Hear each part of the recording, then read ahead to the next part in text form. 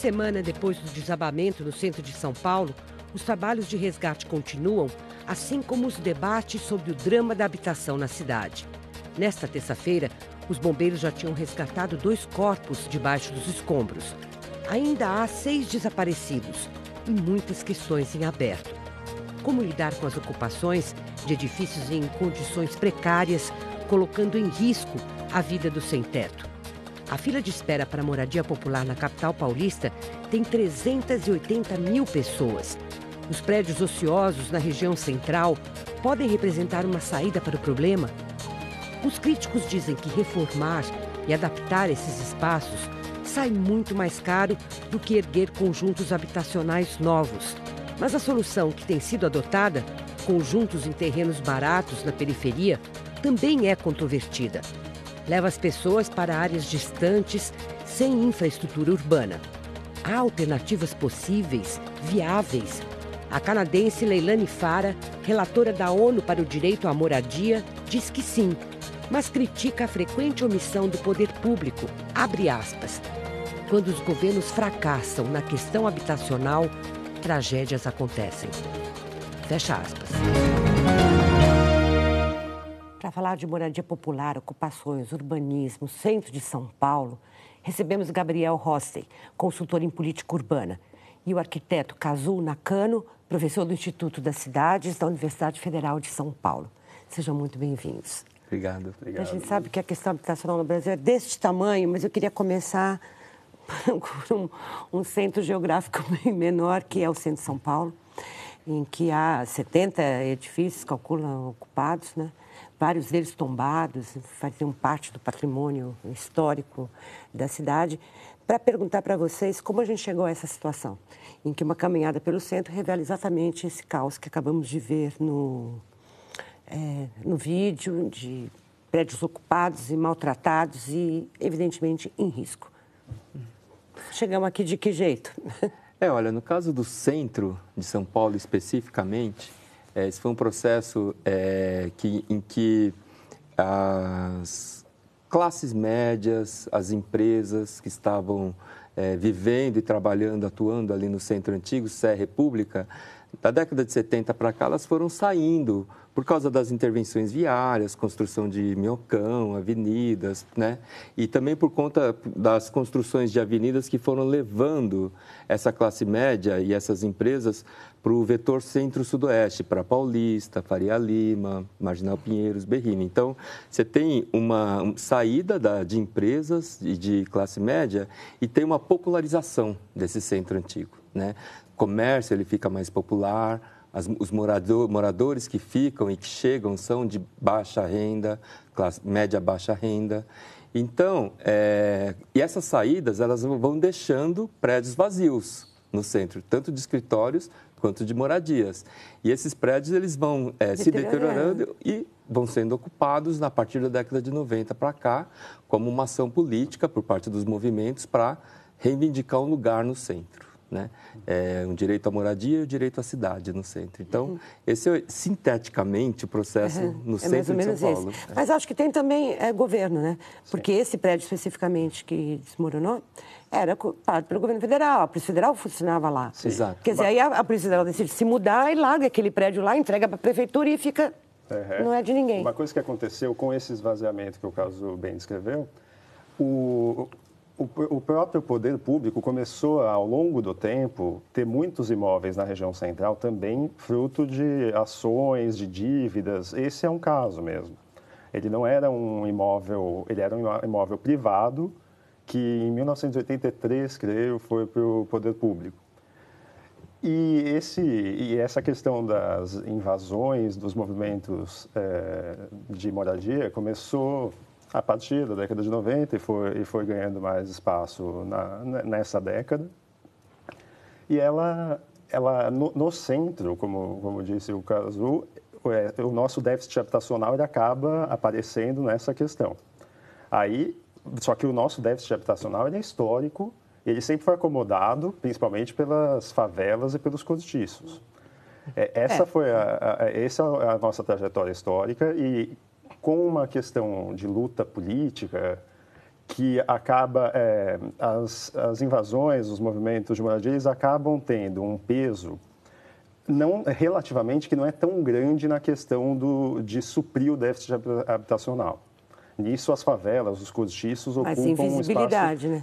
E eu acho que até cumpriu um papel importante, por exemplo, nessa questão de demonstrar como existem edifícios, muitas vezes que são do poder público, vazios no centro. E isso é uma situação que é inaceitável, o Estado é muito inábil para lidar com o essas edificações, esses edifícios abandonados, eles seriam solução para problema habitacional, até mesmo no projeto de trazer trabalhadores para o centro da cidade, que podem se deslocar com mais facilidade, já tem infraestrutura lá, porque o que se alega é que a restauração é muito mais cara que a construção. Confere, é isso mesmo? A prefeitura deveria assumir, o governo do estado, aqueles prédios, em vez de construir novos, como na Luz, por exemplo? Agora, antes, a gente tem que prestar atenção para o seguinte fato. Para a gente começar a discutir uma solução habitacional, em qualquer cidade do mundo, em São Paulo, você não pode considerar uma solução. O aproveitamento dos prédios vazios do centro é parte, né, de um conjunto de soluções habitacionais que precisam ser trabalhadas de uma maneira articulada. Então, reformas de prédios vazios para habitação de interesse social, construção de conjuntos habitacionais novos, urbanização de favelas, reforma de cortiços, locação social pública, locação social de mercado, aquisição assistida de moradias no mercado. Você tem hoje, no mundo, um cardápio de soluções possíveis de serem utilizados de uma maneira combinada. A gente tem experiências pilotos de sucesso em todas elas, em diferentes cidades do mundo. A gente precisa planejar como vai implementar essas soluções, né? Porque isso já está bem dimensionado. Mas a gente tem um problema. A gente tem 70 prédios invadidos que podem estar na mesma condição de precariedade, de risco para o morador, como a do edifício que... Wilton Paz de Almeida. O Wilton Paz de Almeida. Ia falar de Andrade, mas de Almeida. E, então, isso é uma bomba que está lá, que pode explodir a qualquer momento. Quer dizer, ele deveria ser a prioridade. O que você faz? Tira as pessoas, restaura? Teria o dinheiro para isso? Como enfrentar esse problema? Eu concordo inteiramente que tem um cardápio, um leque, e que normalmente a gente acaba optando por investir em uma coisa só, quando deveria atuar em várias frentes.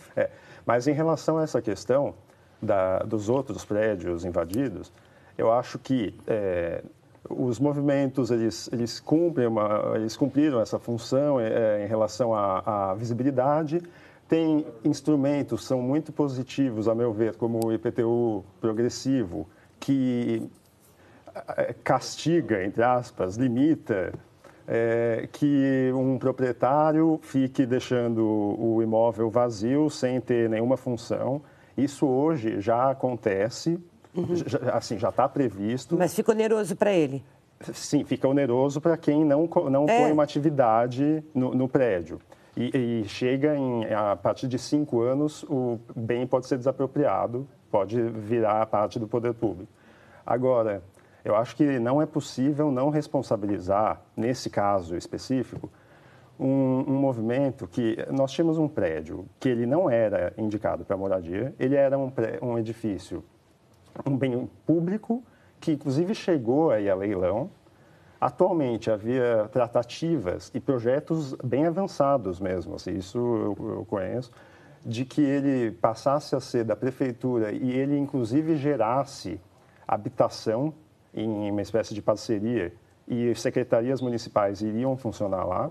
E hoje isso não é possível, porque pessoas, líderes, de maneira irresponsável, entraram num prédio que não era delas, que era publicamente sabido que não era indicado para moradia.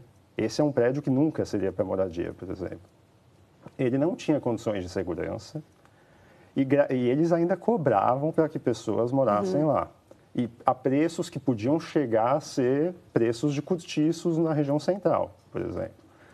Agora, graças a isso, hoje tem mortos, hoje tem pessoas que viviam em residências regulares nos prédios vizinhos, que não estão lá porque os prédios foram interditados. Perdeu a igreja. Cidade tem 2 patrimônios históricos a menos E eu acho que isso não pode ser visto dessa maneira. Agora, eu só queria fazer uma observação, porque a gente tem que tomar muito cuidado, isso já foi dito, para não responsabilizar os ocupantes, né? Sejam as lideranças, sejam os próprios moradores, dessa tragédia. Porque eu acho que a responsabilidade, ela está no poder público, né? E está na falta de regulação desse processo, né? Mas qual é a responsabilidade exatamente? Quer dizer, é pelo fato de permitir a ocupação num lugar irregular, ou seja, de não tratar rapidamente de uma desinvasão, desocupação, é pelo fato de genericamente, não resolver o problema do déficit habitacional, é pelo fato de que a burocracia emperra no caminho? Qual é a responsabilidade efetiva do poder público? Porque é fácil a gente culpar o governo, né? Mas qual é a sequência a cadeia de responsabilidade? É uma boa pergunta essa, porque a responsabilidade é na omissão por apresentar uma solução. Porque ao mesmo tempo em que você tem esses 70 prédios ocupados e esses mais de 200 que estão vazios, né?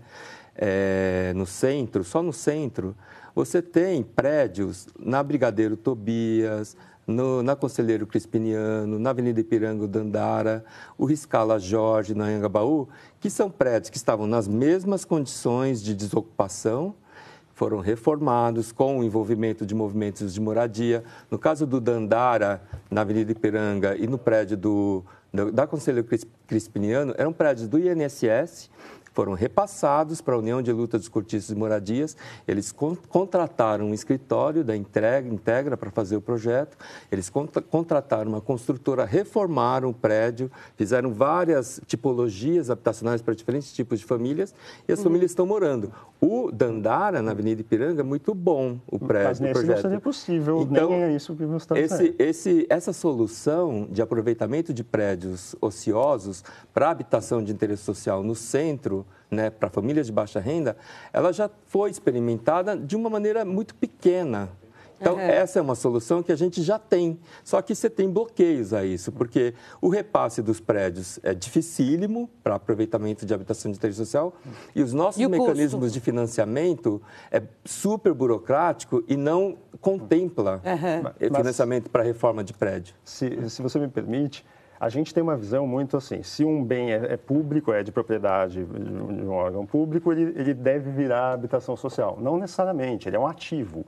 Esse caso, por exemplo, era um prédio de assinatura, muito bem localizado, num tamanho que não se pode fazer hoje em dia, assim, não se consegue fazer um prédio daquele tamanho. Hoje a gente tem esse terreno, se alguém for fazer um prédio ali, ele vai ser um quarto daquele, vai ter um quarto da área construída daquele.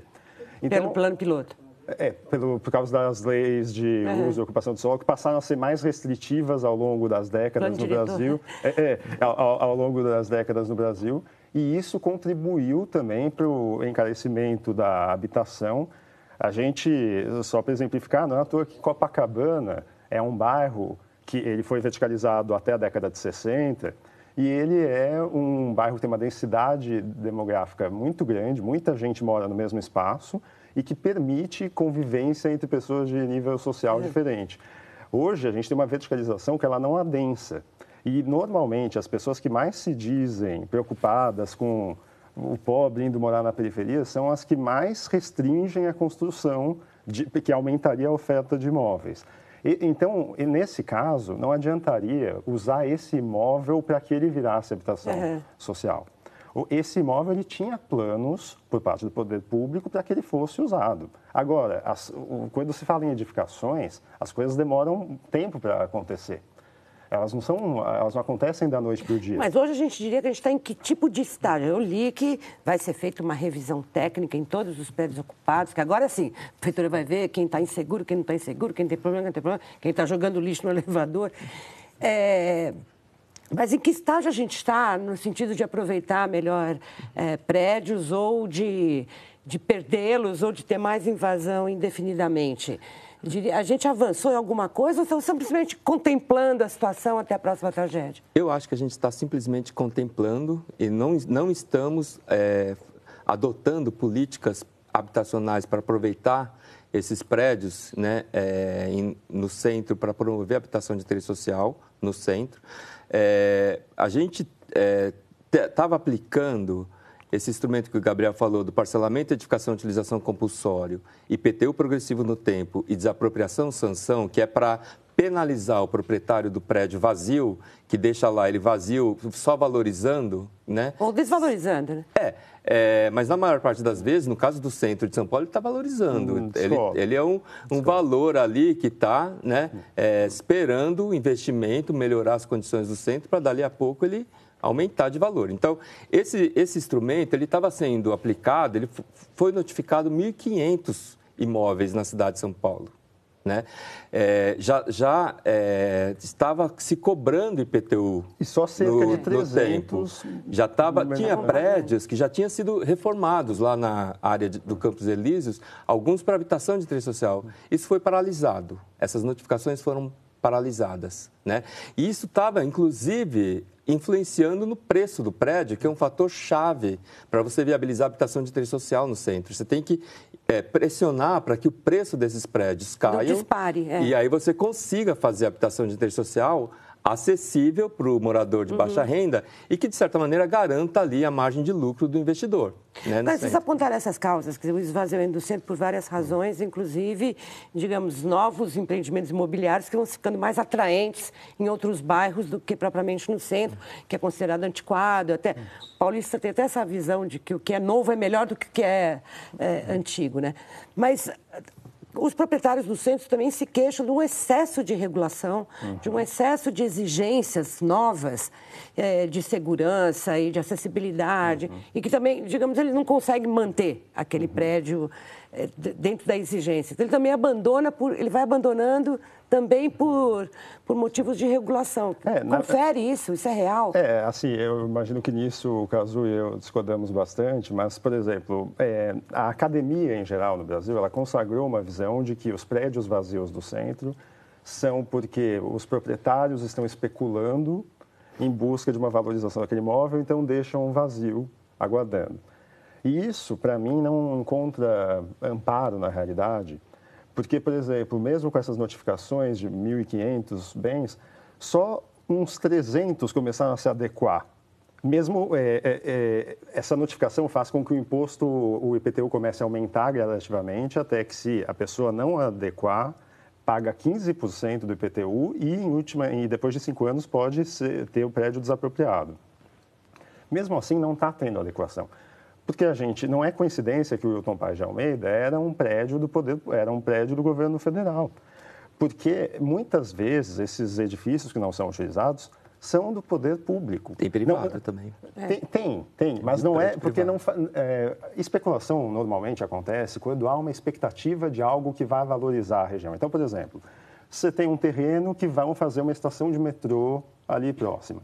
Então, o especulador, aí no termo correto, ele fala, vou esperar, então, valorizar, vou deixar o terreno aqui sem utilização até ter o metrô e eu vou vender um terreno que é ao lado do metrô. O centro não tem nenhuma expectativa de alguma coisa que vá valorizá-lo. Que dê um boom, né? Não tem nenhuma especulação que se sustente ao longo de décadas de esvaziamento da região. Isso é um discurso, assim, na minha visão, isso é um pouco falacioso. E, infelizmente, a gente não ataca as causas corretas. Por exemplo, o retrofit é uma coisa muito difícil. O retrofit é a modernização, a atualização do prédio. E hoje até existe essa discussão na cidade de São Paulo de alterar algumas coisas que facilitariam o retrofit. E a gente não encara, isso não se torna um assunto. Parece que ninguém valoriza o centro porque ninguém quer valorizar o centro. Não, o centro ele continua parado desse jeito também porque as leis o engessam e são exigidos para as novas para as construções antigas o mesmo que para as novas construções. Esse é bastante apontado, é um tema recorrente. A gente poderia abrir aqui uma senda sobre isso, mas o programa é muito rápido, eu não quero deixar de ouvir de vocês a interpretação sobre o papel dos movimentos sociais. A gente falou de raspão. É claro que visibilizar o problema da habitação, que é tão sério no Brasil inteiro desde sempre, histórico, é importante, mas eles ficaram numa vitrine também delicada, né? Porque Afinal de contas, se cobrava e não se cuidava da manutenção. Daqui a pouquinho, depois do intervalo.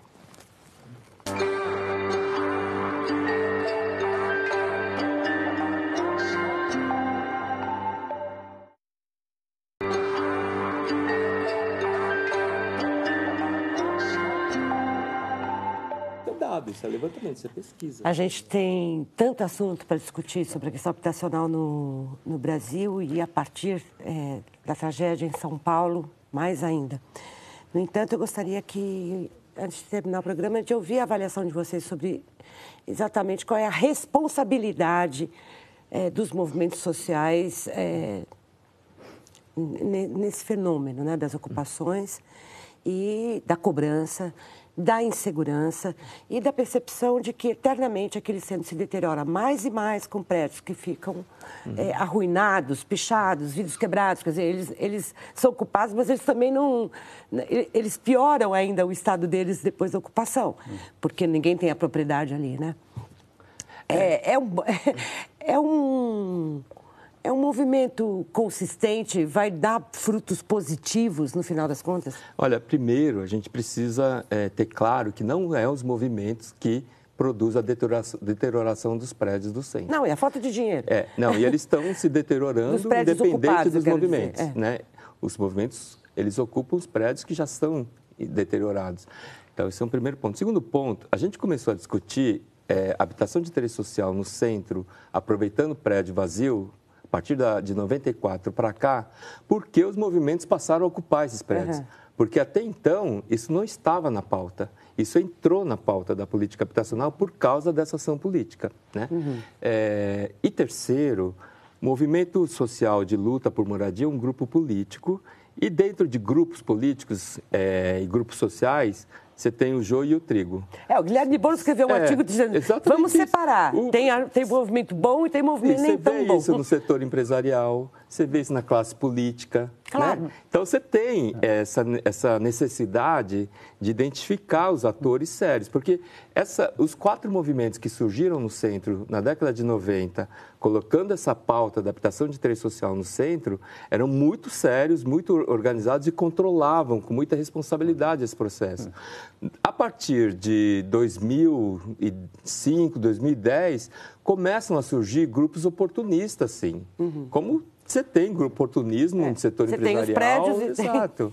Então, eu acho que o poder público ele tem que fazer esse diálogo com esses movimentos, porque é só a partir daí que você vai conseguir distinguir o joio do trigo. Em relação ao papel histórico, eu concordo com o Cazu, mas eu acho que agora também acontece uma coisa de... Evidentemente, tem movimentos que são mais sérios do que outros, tal, mas também vai começar um movimento de jogar ao mar, no caso, o MSLM, porque aconteceu essa tragédia. Acho que nunca houve uma imagem mais forte na cidade de São Paulo do que essa. Claro. Do desmoronamento do prédio, que, aliás, não é que ele caiu. Ele caiu porque teve um incêndio provocado por pessoas que não deveriam estar lá, porque tinha botijões de gás, saídas de emergência bloqueadas, madeira delimitando os espaços e tudo mais. E, em virtude do incêndio e do calor, ele caiu. Ele não cairia se tivesse vazio e tudo mais. Esses movimentos, a gente não pode esquecer que os líderes e tudo mais ganham influência. Hoje em dia, a gente tem até candidato à presidência oriundo desses movimentos. Então, eu acho que uma coisa é considerar o déficit habitacional, que realmente tem muita gente que tem dificuldade de conseguir algum teto que seja. Agora, a outra é ter uma visão crítica em relação aos movimentos, porque do ponto de vista do movimento, hoje em dia, tem o interesse político que quanto mais gente tiver sob as suas asas e invasões... É uma forma... ganha mais influência. De poder na participação política. Exato.